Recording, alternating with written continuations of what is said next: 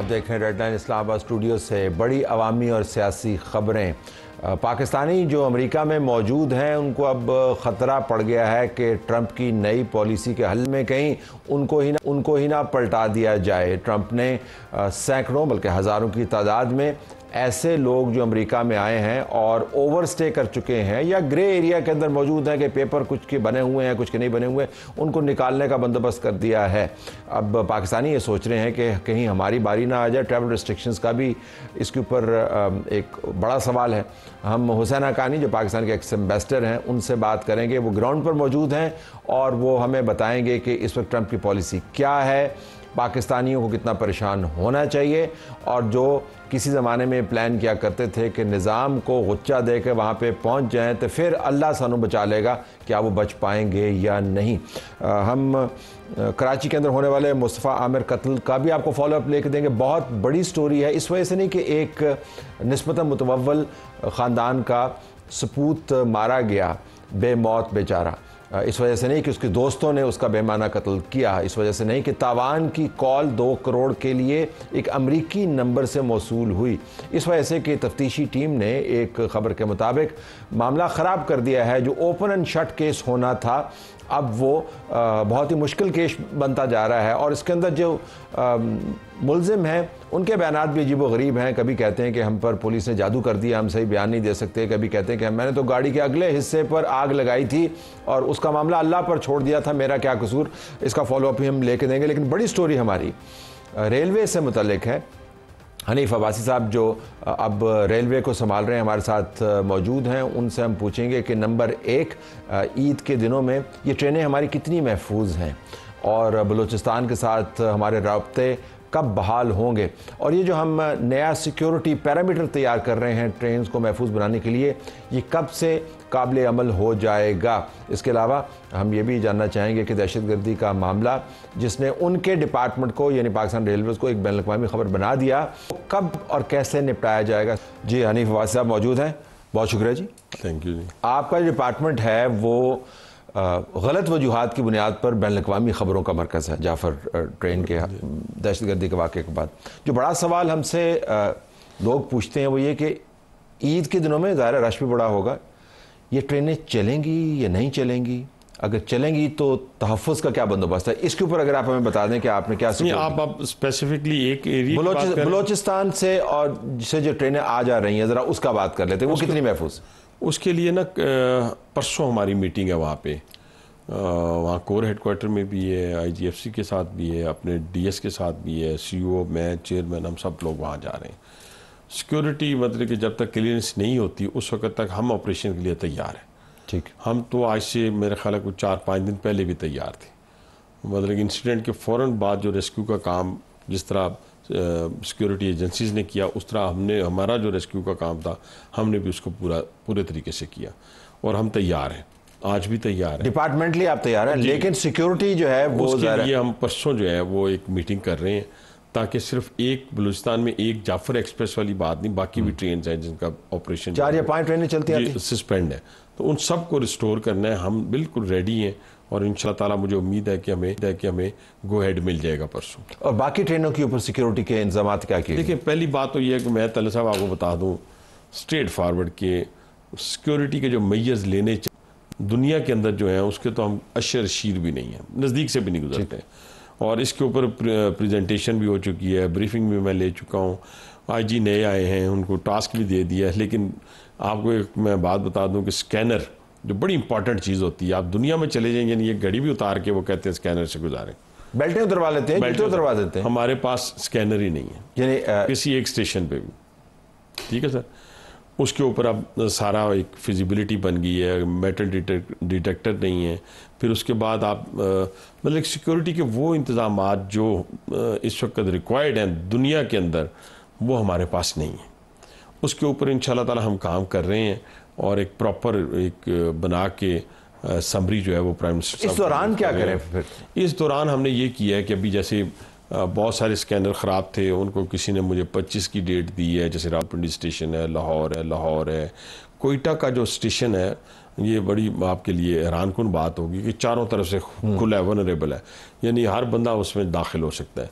उसके लिए मैंने सेल्फ फाइनेंस के ऊपर, बजाय इसके कि मैं समरी भेजूँ, पैसे आएंगे, फलां आएंगे, मैंने इसका एस्टीमेट दिया 4.7 का, और मैं इंशाल्लाह ताला इसको कोशिश करूँगा कि 60 डेज़ के अंदर अंदर उसको लेटेस्ट, मतलब कि उसका स्कैनर भी होगा सर, उसके अंदर लेटेस्ट अपना टक शॉप होगी, रेस्टोरेंट्स होंगे, ये सारी चीज़ें मौजूद होंगी। बहुत काम करने वाला है। लेकिन ये जो अभी आपने कहा कि अभी क्या करें, उसके लिए जो पुलिसिंग है हमारी, रेलवे पुलिस है, उसको अभी तो नहीं हम वो जाके कमांडो ट्रेनिंग करवा सकते या फलां करा सकते, लेकिन हमने ये जो बलूचिस्तान की हद तक तो परसों हमने डिसाइड करना है IGFC के साथ बैठ के कि FC की कितनी बटालियन होंगी, या कोर हेडक्वार्टर में बैठ के कि किस तरीके से हमने इसको सिक्योर करना है पूरे ट्रैक को। लेकिन ये जो अटैक्स हैं, ये खता कलाम, ये जो अटैक्स हैं, ये तो चलती ट्रेनों के ऊपर है।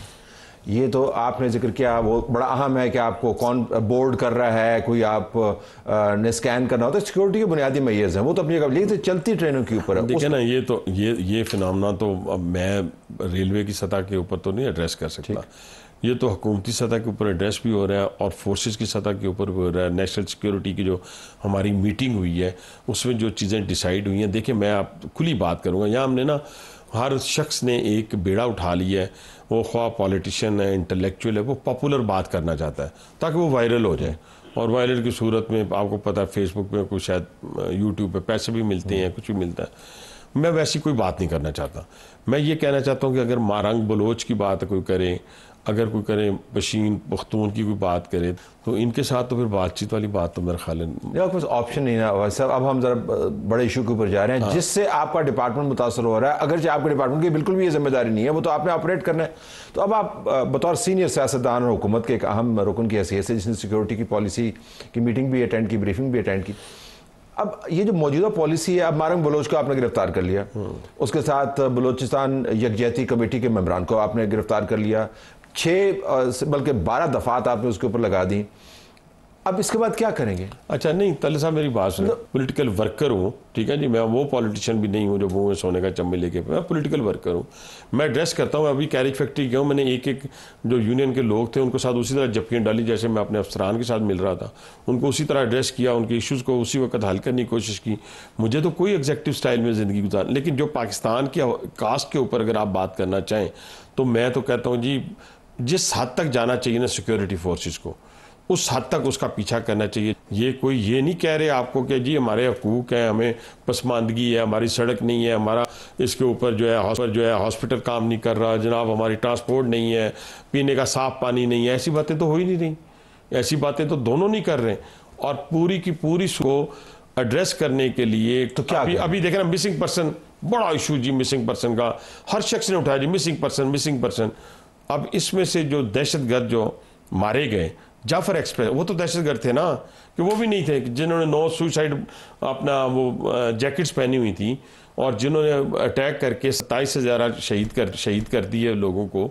आप मुझे बताएं, वो तो दहशतगर्द थे ना। अब उनमें से मिसिंग पर्सन आधे से ज़्यादा तो मिसिंग पर्सन वहाँ से आपके निकल आए, जिनके नाम मिसिंग पर्सन में आते थे, वो तो जाके ट्रेनिंग ले रहे हैं अफगानिस्तान के। तो आपका भी नैरेटिव वही है जो रियासत के इदारों का नैरेटिव है। माजरत के साथ मुझे सवाल जी बिल्कुल पूछे, वो ये है कि अब आपने FIR दर्ज कर ली, अब आगे क्या करेंगे? FIR मतलब आपने उनके ऊपर सख्त तरीन शिकें भी लगा दी, मेरा ख्याल है प्रोसिक्यूट करेंगे, क्या करेंगे? मतलब आप क्या करेंगे? वही होगा ना, किसी को गोली तो नहीं मार सकते ना, गोली तो नहीं मारनी, प्रोसिक्यूट करना पड़ेगा। अगर गद्दारी का सुने ना, अगर गद्दारी का नहीं ना उसमें दफात, तो वो शामिल करें। अब बात निकल गई है, पानी पुलों के ऊपर से गुजरना शुरू हो गया है। आप देख लें, जितनी गुफ्तगू आप देख लें, जितनी आप स्पीचेस देख लें, जितनी आप इन्वेस्टमेंट देख लें लोगों की। अभी देखें, मैंने एक मुल्क की बात की, दूसरे मुल्क का मैं नाम नहीं ले रहा, मैं जिम्मेदार की हैसियत से नहीं लूँगा, ठीक है, शायद तो कभी एक्सपोज हो जाए वो भी। अब तीनों जगह के ऊपर इन लोगों की ट्रेनिंग हो रही है, BLA वालों की ट्रेनिंग के बगैर क्या जाफर एक्सप्रेस के हमला हो सकता था? तो ऐसे लोगों से मैं कहता हूं कि अभी जितनी ढील आपने दी है, रियासत ने दी है, वो भी गलती की है। जब बंदा एक limit cross, red line cross कर लेता है, तो फिर कोई सी लचक रखनी चाहिए निवासी साहब। बस फिर लचक रखते फिर आप मुल्क जो है, बात सुने, सॉरी टू से, फिर बलूचिस्तान में और पाकिस्तान में अपना पंजाब के अंदर कोई इतना ज़्यादा फासला नहीं रहता ना।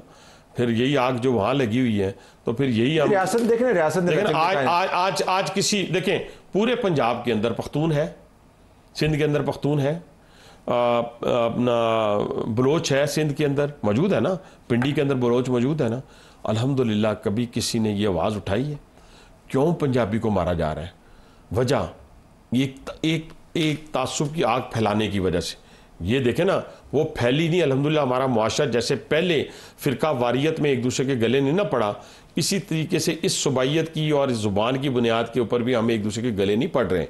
ये वही एलिमेंट है जो दुनिया, जिनको पीछे दुनिया से मुराद यानी वो लोग जो पाकिस्तान को अदम इस्तेहकाम की तरफ धकेलना चाहते हैं। 9 कौंसल खाने हैं हिंदुस्तान के, 9 कौंसल खाने इस बाउंड्री के ऊपर क्या कर रहे हैं? उनका क्या काम है यहाँ पे? लेकिन देखिए, मैं दोबारा कहूँगा कि टीटीपी और वो जमातें जो पाकिस्तान के अंदर कालेदम करार दी जा चुकी थी, जो आखिरी नेशनल सिक्योरिटी कमेटी की मीटिंग हुई थी उसके अंदर आपकी जमात भी शरीक थी, मौजूदा प्राइम मिनिस्टर भी शरीक थे, आपके तमाम लीडरान मौजूद थे, जिसके अंदर बाजवा, जनरल बाजवा और जनरल फैज़ ने ब्रीफिंग्स दी थी, जिसके बाद ये तय पाया था कि इन लोगों को हमने पाकिस्तान में लेके आना। तो उनका भी डिक्लेयर्ड एजेंडा पाकिस्तान को अंडरमाइन करना है। वो भी फौजियों को अगवा करके कत्ल करने की कोशिश करते थे और किया भी उन्होंने, दहशतगर्दी की। उनको बसा लिया ना आपने। ये तो कहने का मकसद ये है। नहीं बसाया। नहीं, आपने, आपकी जमात ने इंडोर्स किया था उस इलामिया को। पता नहीं मुझे उस इलामिया का नहीं पता, लेकिन ये मुझे ज़रूर पता है कि मुझे बानी पीटीआई के तमाम वीडियो सोशल मीडिया के ऊपर मौजूद है जिसमें वो कह रहे हैं कि ये हमारे अपने लोग हैं, इनको हमने बसाना है। 45,000 लोगों को ला के यहाँ बसाया गया और उसके बारे में सारी इस वक्त की जितनी आपकी मशीनरी है, आर्म फोर्सेस के लोग हैं, वो कहते हैं ये गलत हुआ था। और इसके ऊपर एक शख्स को तो कोर्ट मार्शल उन्होंने कर भी दी है, ठीक है, शायद ये एलिगेशन भी उसमें शामिल हो। और भी लोग जो इसके अंदर मुलविस हैं उनको तो हो रहा था ना। अब मैं आपको सच्ची बात कर रहा हूँ, आपको पता, आप खैर उस वक्त अपनी बहुत सारी मुश्किलों में फंसे हुए थे, लेकिन आप यकीनन ये देख रहे होंगे कि उस वक्त अगर आप उस पॉलिसी के खिलाफ वो बात करते जो मैं आपसे इस वक्त इस पॉलिसी के बारे में कह रहा हूं, वो कहते हैं जी आप गद्दार हैं, आपको पता ही नहीं है, आपको उतार देना था। कहने का मकसद ये कि जब पॉलिसी बन रही होती है उस वक्त उसका तनकीदी जायजा पेश कीजिए। आपने एक स्टैंस लिया हुआ जी कि इन्होंने तुसी बस छड़ना नहीं है हुन, नहीं तो करें क्या, मार दें इनको? तल्लत भाई मेरी बात सुने, अगर आप किसी को नहीं मारेंगे वो आपको मार दें, आपके बच्चों को मार दें, आपकी औरतों को मार दें।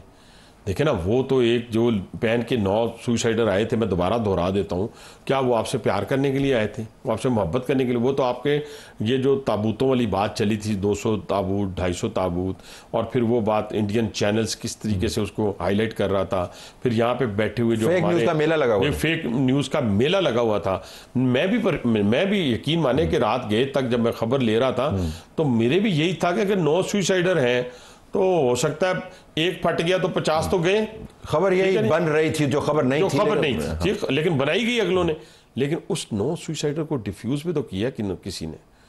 आप ये भी तो देखें ना, वो प्यार करने के लिए, आपका जो क्वेश्चन था वो आपसे मोहब्बत करने के लिए नहीं आए थे, तो इसलिए जो आपको मारने के लिए आ रहा है ना, उसको मारना फर्ज बन गया। रिक्रूटमेंट ग्राउंड को तो न्यूट्रलाइज करना है ना। जब आप प्रोटेस्टर्स के ऊपर फायरिंग के इल्जामात लगते हैं, देखें ना वो प्रोटेस्टर क्या करने आए थे, ये भी तो तल साहब देखे ना। आप जैसे इंटेलेक्चुअल को तो पता, और ख़ास तौर पर सिर्फ इंटेलेक्चुअल ही नहीं है बल्कि आप तो ऐसे इन्वेस्टिगेटर रिपोर्टर हैं जिन्होंने बड़ी दुनिया देखी हुई है।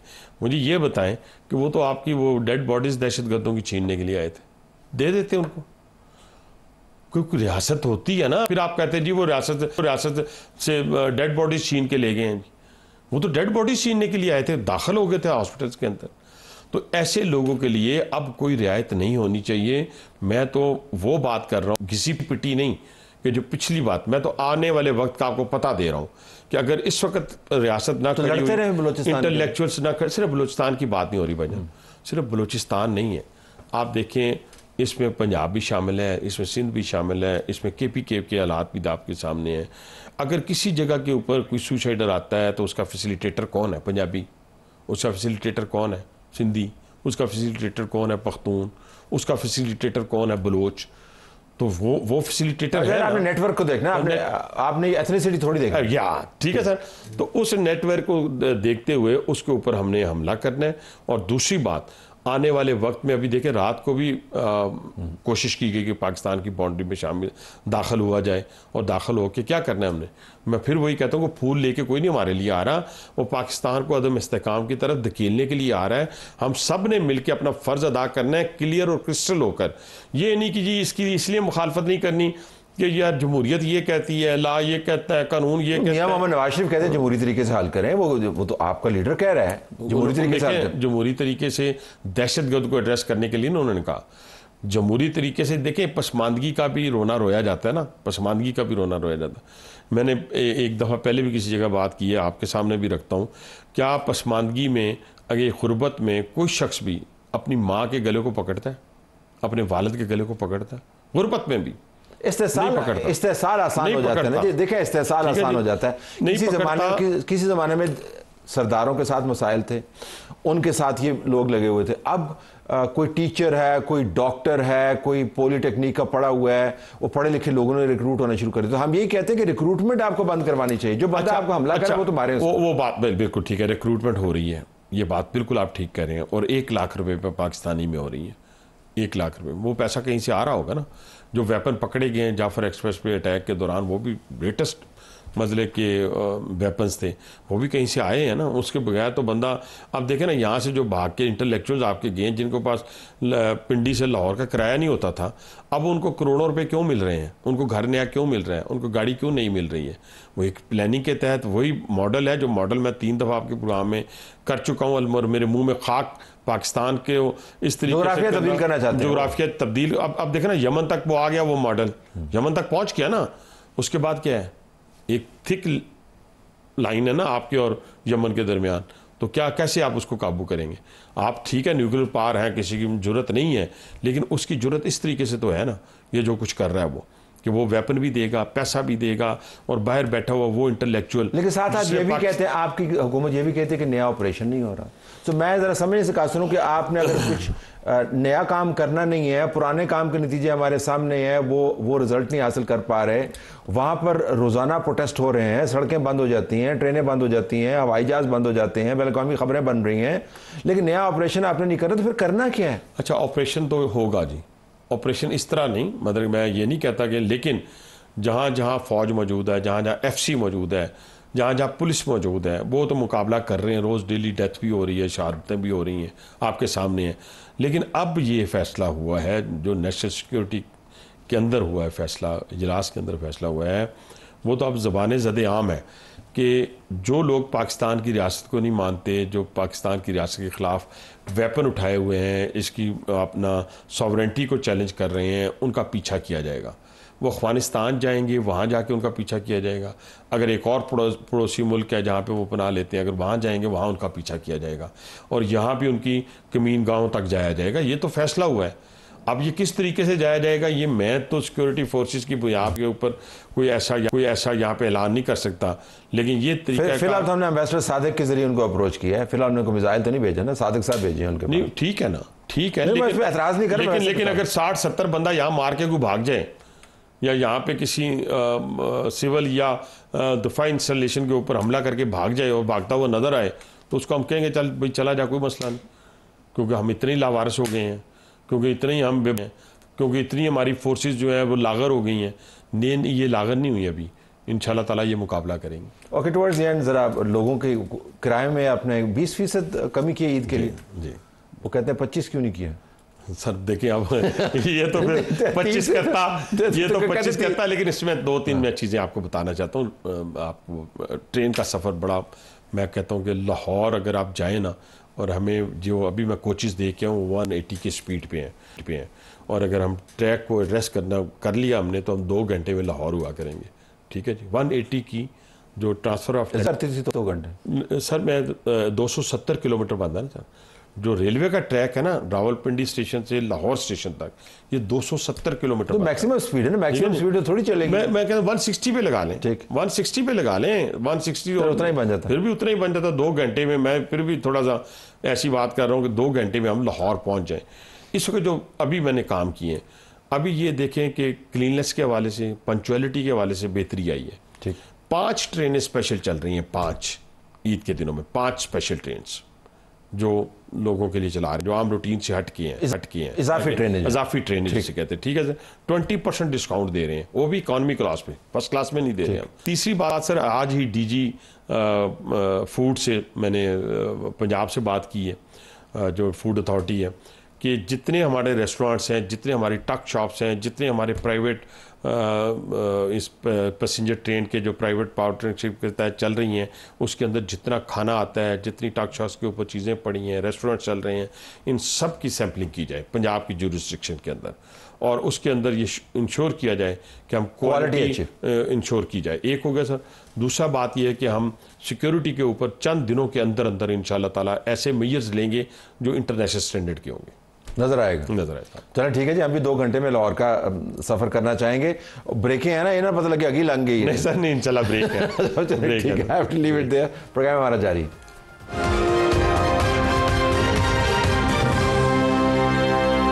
आइए नाज़रीन, आपको हम कराची ले चलते हैं जहां पर मुस्तफ़ा आमिर केस के अंदर नई डेवलपमेंट्स हैं। हमें लियाकत राना नुमाइंदा समा टीवी कराची ज्वाइन कर रहे हैं। इस केस को और दूसरे केसेस को बड़े करीब से फॉलो भी करें, रिपोर्ट भी करें। लियाकत साहब बहुत शुक्रिया। मैं ये खबर देख रहा था कि जो मुलजिम है वो कह रहा है कि मुस्तफ़ा को कत्ल नहीं किया, पुलिस ने मुझ पर जादू करवा दिया, बयान देने के काबिल नहीं हूँ, काले जादू की वजह से जिस्म में दर्द होता है, मैंने मुस्तफ़ा को गाड़ी में छोड़ दिया, गाड़ी के अगले हिस्से पर आग लगाई, वगैरह वगैरह। उसके नसीब में मरना ही लिखा था, थोड़ा बहुत मैं शरीक था। आप इन बयानात की रोशनी में और ये खबरें कि जो तफ्तीशी हैं उन्होंने केस ख़राब कर दिया, ताज़ा तरीन सूरत हाल में कैसे बताएंगे?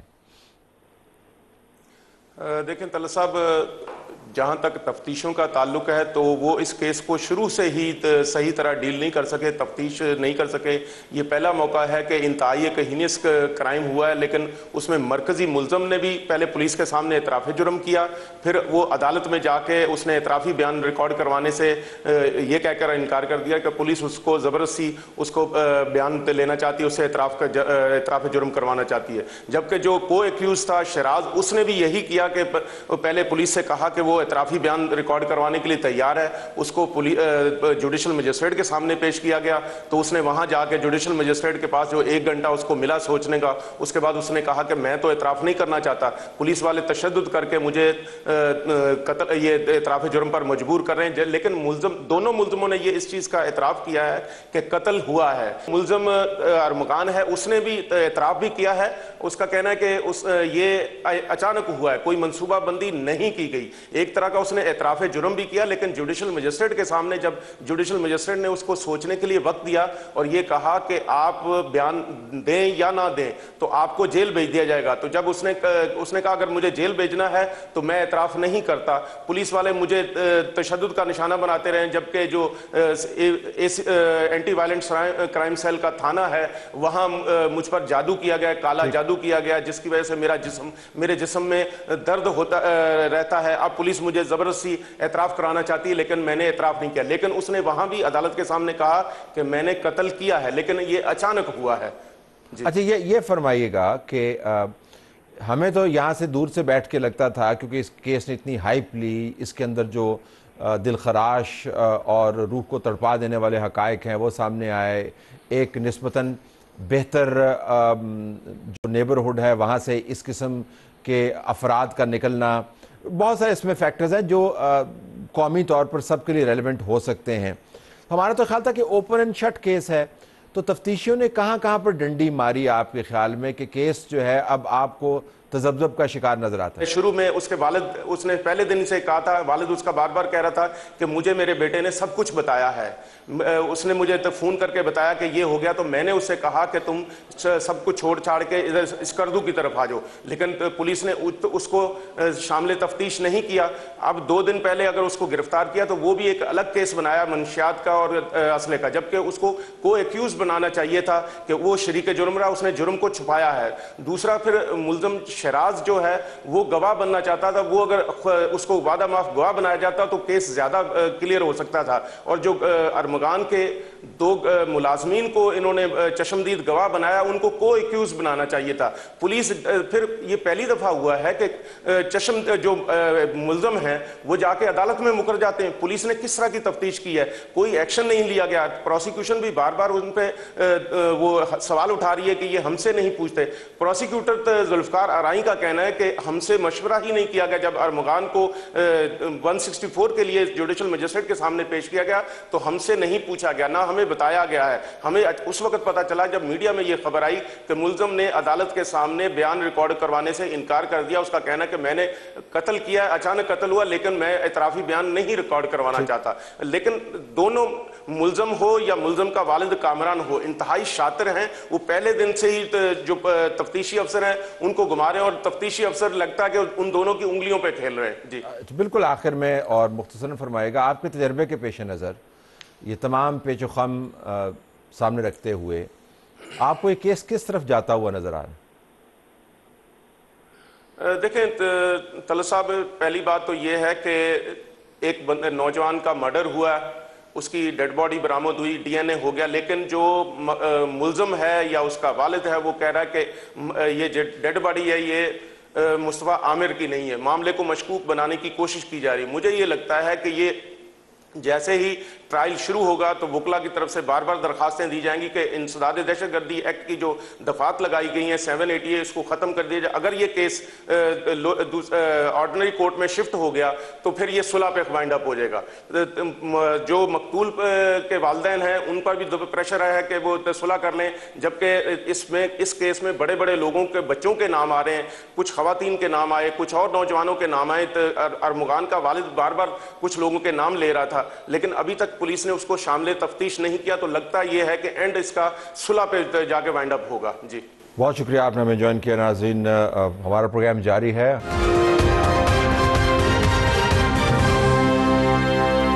ट्रंप की पॉलिसियां जो अमेरिका में पाकिस्तानी मौजूदन पर कैसे असरअंदाज हो सकती हैं। हमारे पास हुसैन हक्कानी साहब मौजूद है, साबिक सफ़ी तज़कियाकार और मुहक्किक और मुसन्निफ। हक्कानी साहब बहुत शुक्रिया।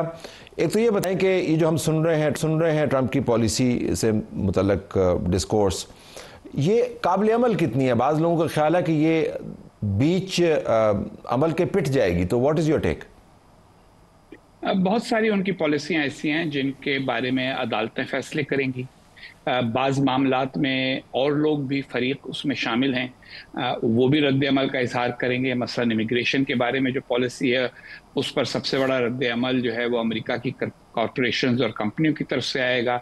वो कहेंगी कि हमारे लिए आप आसानियां पैदा करें, हमें इमिग्रेंट लेबर की ज़रूरत है। लेकिन इसके बावजूद इसमें कोई शक नहीं है कि वो पिछले कई बरस की पॉलिसियों में बड़े पैमाने पर तब्दीलियां लाना चाहते हैं, और अगर 100% नहीं सिर्फ 20-25% तब्दीली भी ले आए तो उससे अमेरिका का रुख काफ़ी हद तक बदल जाएगा। अच्छा, पाकिस्तानियों पे आ जाइए। जो पाकिस्तानी वहाँ पर मौजूद हैं और ग्रे ब्रैकेट में हैं, उनको जो अमूमी माहौल बना हुआ है उससे परेशान होना चाहिए या नहीं? मेरा तो ख्याल है कि परेशान होना चाहिए। देखिए, इसमें सबसे बड़ी बात यह है कि पाकिस्तानियों का एक बहुत बड़ा तबका है जिसके पास ग्रीन कार्ड है, और उनकी गलतफहमी अब तक ये रही है कि ग्रीन कार्ड उनको वीज़े से जान उनकी छुड़ा देता है। वो पाकिस्तान में कई महीने रहते हैं, चंद महीने के लिए अपने बच्चों से या अपने अहले ख़ानदान से मिलने के लिए अमेरिका चले जाते हैं। ऐसे तमाम लोगों के ऊपर सख्त दबाव आएगा, क्योंकि ये एक पुरानी दलील है अमेरिका के इमिग्रेशन हुक्काम की कि ग्रीन कार्ड वीज़ा नहीं है। ग्रीन कार्ड अमेरिका में मुस्तकिल रिहाइश का इजाज़तनामा है, जिसके बाद आपको शहरी बनना होता है। और जो लोग इसको वीज़े के तौर पे इस्तेमाल करते हैं कि साल का बड़ा हिस्सा अमेरिका में नहीं गुजारते, उनके ग्रीन कार्ड एयरपोर्ट पर कैंसिल माजी में भी हुए हैं, लेकिन अब ज़्यादा शद्दोमत के साथ होंगे। दूसरी तरफ वो पाकिस्तानी हैं जो विजिट वीज़ा पे अमेरिका गए थे और ओवर स्टे कर गए इस उम्मीद पर कि किसी न किसी मंसूबे के तहत वो वहाँ अपने लिए आबाद होने का एहतमाम कर सकेंगे। उनमें से बाज़ ने जाकर वहाँ असैलम की दरख्वास्तें दे दी। उनमें से भी बहुत सारे लोगों को मेरा ये ख्याल है कि ये इंतज़ामिया निशाना बनाएगी। और एक बात बड़ी वाज़ेह है कि उसका जो सबसे बड़ा निशाना है वो लोग हैं कि जो हिस्पानवी ज़बान बोलते हैं, जनूबी अमेरिका से आए हुए हैं, मेक्सिको से आए हुए हैं। लेकिन दूसरा बड़ा निशाना हमारे खित्ते के लोग भी हैं। अगर आपने देखा हो तो कम से कम 3 फ्लाइट्स इंडियन अमेरिकन की वापस इंडिया भेजी जा चुकी है, और इस वक्त भी एक मुहतात अंदाजे के मुताबिक कम से कम 7-8 हज़ार पाकिस्तानी डिपोर्टेशन ऑर्डर्स की बुनियाद पर कैद हैं, लेकिन उन्होंने कोई ना कोई दरख्वास्त दी हुई है जिसकी वजह से उनकी डिपोर्टेशन मुलतवी हुई थी। अब इंतज़ामिया की कोशिश ये होगी कि उन लोगों से कहें कि तुम दस्तखत करो इस बात पर कि तुम्हें जेल से आज़ाद किया जाए और फौरन डिपोर्ट कर दिया जाए। तो असर तो पड़ेगा पूरी कम्युनिटी पर। जो शहरी हैं, सिटीजन हैं, उन पर बराह रास्त असर ना पड़ा तब भी, क्योंकि उनके बहुत सारों के अहले ख़ानदान इन मुख्तलिफ प्रोसीजर से फ़ायदा उठाते रहे हैं, पर भी असर पड़ेगा और नए जाने वालों के लिए ज़िंदगी ज़रा ज़्यादा दुश्वार हो जाएगी। आपने इससे पहले भी बात की है इसके ऊपर और आपने कहा था कि ये सफरी पाबंदियों का मामला है वो ख़तरा टल गया है और जो अमेरिका में बैठ के इनकलाब लाने वाले हैं उनको इसके बारे में सोचना चाहिए। लेकिन सफरी पाबंदियों का मामला ख़तरा टल गया है या ये इशू रिजॉल्व हो गया है, और क्या मुस्तक़बिल करीब में दोबारा से खुल सकता है, ये फाइल सामने आ सकती है या नहीं? देखिए, उन्होंने पाकिस्तान की हुकूमत को कुछ न कुछ शराइत बताई हैं या वो बताएंगे कि आपके यहाँ से जो लोग भी अमेरिका का सफ़र करते हैं उनके हवाले से हमें ये मालूमात चाहिए। अगर हमारी हुकूमत से वो मालूमात फराहम की गई और इत्मीनान बख्श सतह पर की गई तो शायद पाकिस्तान की कैटेगरी बदल जाए। लेकिन अगर ऐसा ना हुआ तो फिर कैटेगरी दूसरी तरफ भी बदल सकती है, क्योंकि उन्होंने 3-4 कैटेगरीज क्रिएट कर दी हैं। बाज़ मुल्कों पर मुकम्मल पाबंदी है, पाकिस्तान उनमें नहीं है, लेकिन पाकिस्तान उन मुल्कों में है जिनके ऊपर सख्तर शराइत होंगी। और जब भी शराइत होती हैं तो तलत भाई हमेशा ये होता है कि उन शराइत के इतलाक में सख्ती भी हो सकती है और बाद में जाकर नरमी भी हो सकती है। तो दोनों इम्कानात अपनी जगह मौजूद हैं। रह गया अमेरिका में बैठकर पाकिस्तान में इनकलाब लाने वालों का जिक्र, तो वो मैं पाकिस्तानी जो अमेरिका में रहते हैं उनको एक अरसे से कहता आया हूँ कि आप अमेरिका की सियासी ज़िंदगी में अपने आप को ज़्यादा शामिल करें। अगर उसमें शामिल हों तो फिर अपनी कम्युनिटी के लिए कुछ हुकूक हासिल कर सकेंगे। अच्छा, ये शरीफुल्लाह की जो हवालगी हुई, इसके बाद लगा कि पाकिस्तान अमेरिका के दरमियान एक नन्ही मुन्नी सी एक नई कोऑपरेशन वाली जो अलायंस, साहब उसको नहीं कहूँगा लेकिन अंडरस्टैंडिंग डेवलप हो रही है। इस मुद्दे के पेश नज़र जो ओवरऑल ख़तरे हैं ट्रंप एडमिनिस्ट्रेशन से पाकिस्तानी ये महसूस करते हैं, आपको वो टलते हुए नज़र आ रहे हैं या आपके ख्याल में स्ट्रेटेजिक इश्यूज एक तरफ हैं और जो नॉर्मल मामलात हैं जो पाकिस्तानियों के लिए अब नॉर्मल हो सकते हैं वो चलते रहेंगे? देखिए, ट्रंप इंतज़ामिया स्ट्रेटेजिक इश्यूज और खारजा पॉलिसी को अंदरूनी मामलात से बड़ा मुख्तलिफ रखती है और रख रही है। अगर आपने देखा हो तो एक तरफ वो भारत पर टैरिफ्स के हवाले से दबाव डाल रहे हैं, दूसरी तरफ वो इमिग्रेशन के इश्यूज के ऊपर भारत के बहुत सारे मतालबात को मुस्तरद कर चुके हैं और करते जा रहे हैं, लेकिन स्ट्रेटेजिक इश्यूज के ऊपर कोऑपरेशन भी जारी है। ऐसा ही इम्कान के लिए भी मौजूद है, लेकिन देखना यह है कि क्या हमारी हुकूमत और हमारी एस्टेब्लिशमेंट उस इम्कान से पूरी तरह से फ़ायदा उठा सकेगी या नहीं। शरीफुल्लाह की हवालगी जो है उसके नतीजे में सदर ट्रंप ने अपनी तकरीर में पाकिस्तान का जिक्र करके पाकिस्तान को ये इशारा दिया कि अगर इस तरीके का ताउन जारी रहा और मुझे ये क्रेडिट मिलने का मौका कायम रहा कि मेरे दौरे हुकूमत में पाकिस्तान के ताउन से और भी दहशतगर्द पकड़े गए हैं जिनके बारे में पाकिस्तान को मालूमात अमेरिका ने दी हैं, तो फिर आपके और हमारे ताल्लुकात में एक बेहतरी का इम्कान है। लेकिन आपको उनके मिजाज का पता है कि अगर बेहतरी ना हुई तो एक ही ट्वीट के अंदर उनका मौक़िफ़ और रवैया बदल भी सकता है। ये तहरीक इंसाफ के ट्रंप वाले ख्वाब हैं, ये आपको पूरे होते हुए नजर आ रहे हैं? ये तो मुझे पहले दिन से पूरे होते नहीं नजर आ रहे, तो इसलिए मेरे राय में इस पे कोई फर्क नहीं आया। देखें ये पाकिस्तानी जो अमेरिका में हैं ना तो माली तौर के ऊपर इतने ज़्यादा ताकतवर हैं कि पॉलिसी पर असरअंदाज हो सकें, ना वो फिक्री महाज के ऊपर को बहुत ज़्यादा उनकी नुमाइंदगी मौजूद है। उन्होंने असल में ये किया कि कुछ कांग्रेसमैनों को चंदे दिए और उसके नतीजे में उन कांग्रेसमैनों को इस बात पर आमादा किया कि पाकिस्तान में जमहूरियत के बारे में बात करो, और हर अमरीकी चाहता है कि हर मुल्क में जमहूरियत हो, तो उन्होंने इस बात को कबूल कर लिया और कुछ बातें कह दी। लेकिन जो बड़े पॉलिसी इश्यूज हैं वो सिर्फ चंद डॉक्टरों के कहने से तब्दील नहीं हो सकेंगे, और उसमें स्ट्रेटेजिक अमेरिका की ट्रंप एक पूरी रीओरिएंटेशन कर रहे हैं अमेरिका की खारजा पॉलिसी की, नए हलीफ ढूंढ रहे हैं, पुराने हलीफों के साथ नई शराइत पे दोस्ती करना चाहते हैं। ऐसे माहौल के अंदर एक ऐसे फर्द के लिए कुछ करना जिसका ट्रैक रिकॉर्ड को बहुत ज़्यादा अमेरिका दोस्त नहीं है और जिसके बारे में एक नाएतबारी का यानी उसका रवैया जो है वो हर एक को पता है, तो ऐसे में वो शामिल और दाखिल होना नहीं चाहेंगे। जी, बहुत शुक्रिया आपने हमें ज्वाइन किया। नाज़रीन, हमारी तरफ से यही कुछ इजाज़त चाहते हैं। अल्लाह हाफिज़।